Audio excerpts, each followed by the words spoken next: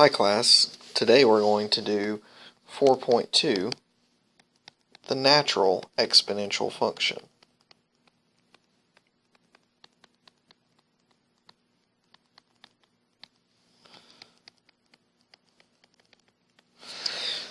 Now I had originally only planned for 3 examples and we got through 2 in class, so I just want to post one last supplemental example.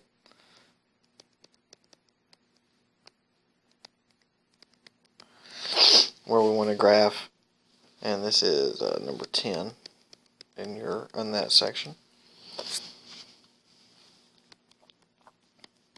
So I want to graph negative e to the negative x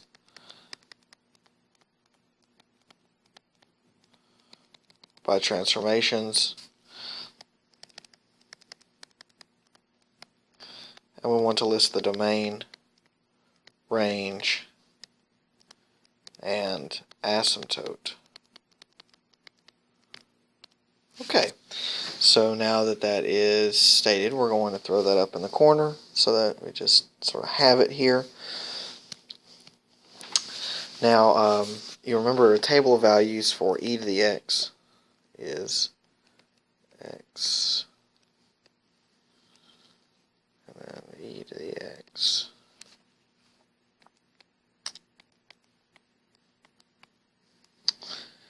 Zero 0.1353, 0.3679, just 1, 2.7183, and 7.3891. So that'll allow us to have sort of a baseline graph of what we want. Okay.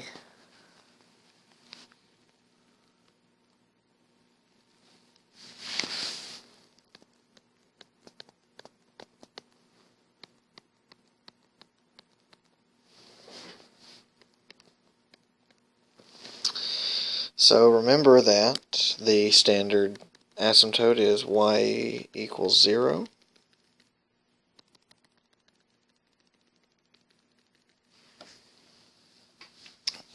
And that if we plot these points, we would end up with something like here, here, here, here, and about here.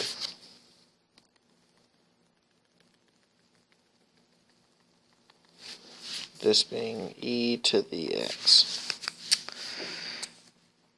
So since we have that, what we want to do then is talk about the translations or transformations of the function.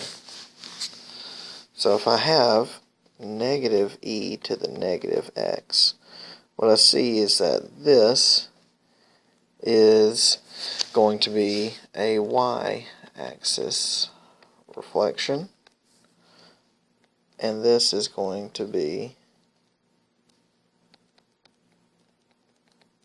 an x-axis reflection. So these two things, we're essentially just going to have 2 reflections.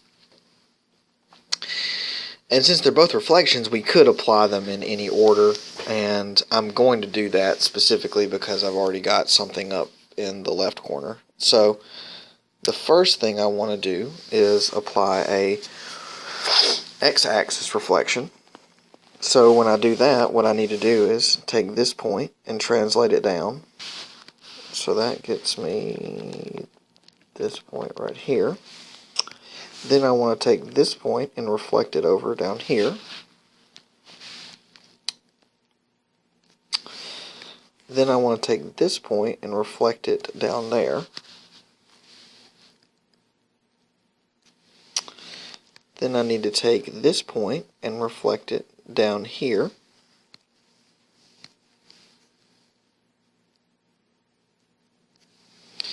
And then finally, I need to take this point and reflect it all the way down here. So once that's done,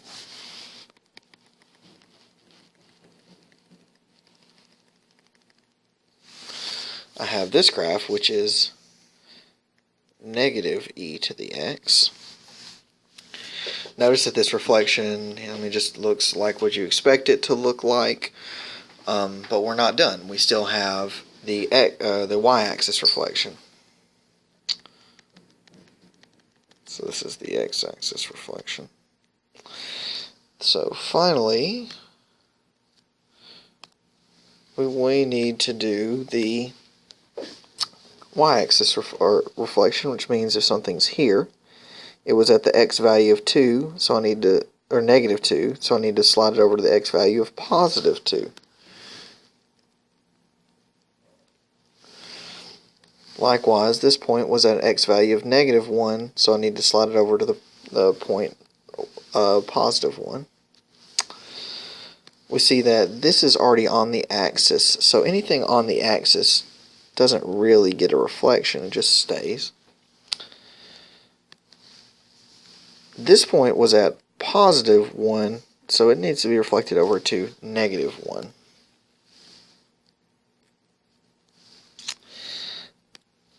And then this point was at positive 2, so it needs to be reflected over to negative 2. So when we draw that,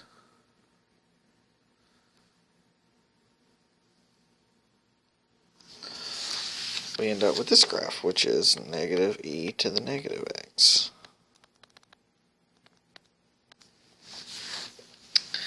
Okay, so now that we have all that in hand,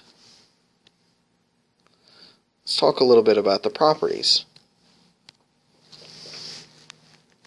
Recall that the domain of exponential functions pretty much doesn't change. Now, when we look at the range, that's what's going to change here.